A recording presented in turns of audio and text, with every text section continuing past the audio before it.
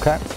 And so we started Raj Tents in 2004. It was a business venture that I'm sure a lot of the people taking your course would be able to glean something from. I was doing tent rentals in the UK, and the scale of outdoor entertaining is obviously far more restricted just because of the climate.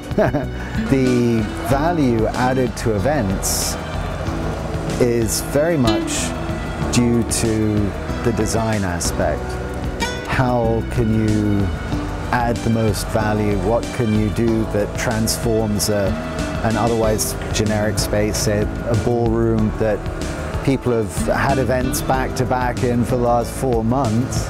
How do you personalize that and turn it into the wedding environment that gives your client the most joy and the best memories? We do a lot of destination events and are really tooled up to be able to travel and provide installations pretty much anywhere. I would use the definition of a wedding where the bride, the groom and their guests have to travel a significant distance and they stay at the location in which they're getting married. Certainly beach weddings are just so much fun. So you have some real iconic environments that can be created. So whether it's in the Caribbean or in Mexico, certainly beach weddings stand out.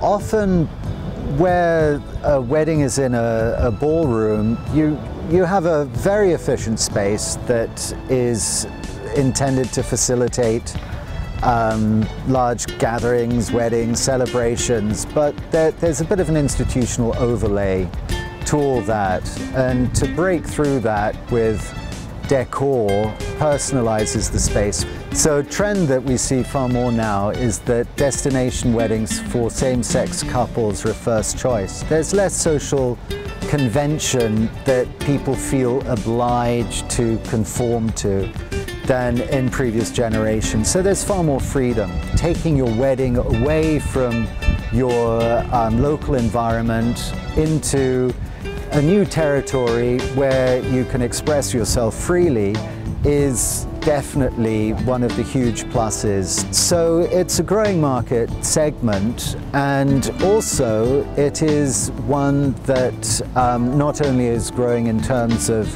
the percentage of people getting married that way, but the amount of money being spent. Certainly the really high-end ones, vendors are brought out from the United States. If you're hiring a band and flying them out to Barbados, then really they're going to be out 2 days either side of that, catching up on their sleep or whatever, and there's a big opportunity cost for them for bookings that they're going to be missing. Also, depending on the level of care that the couple and their guests require, having someone who really just represents the couple and is able to step in and sort out any problems, or preferably step in before the problems occur, that's the service provided by the US-based wedding planner. And the wedding planner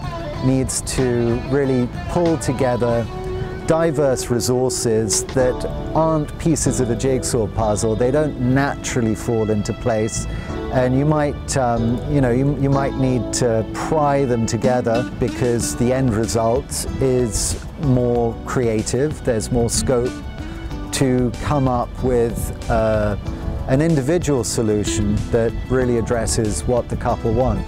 That's why there's a big migration from associated professions such as caterers or florists or interior designers who have a loyal client base who ask them to do more than they have been asked to do before. Of course, having a destination in the United States has all the convenience that the United States has to offer, all the familiarity, and yet you still get the novelty of a world-class destination. I'd say when a wedding planner is going on a research field trip, after all, it's a good way of having a tax write-off for what is also a change of scene and a vacation of sorts. And it's a good way of making sure that you use those times to your advantage.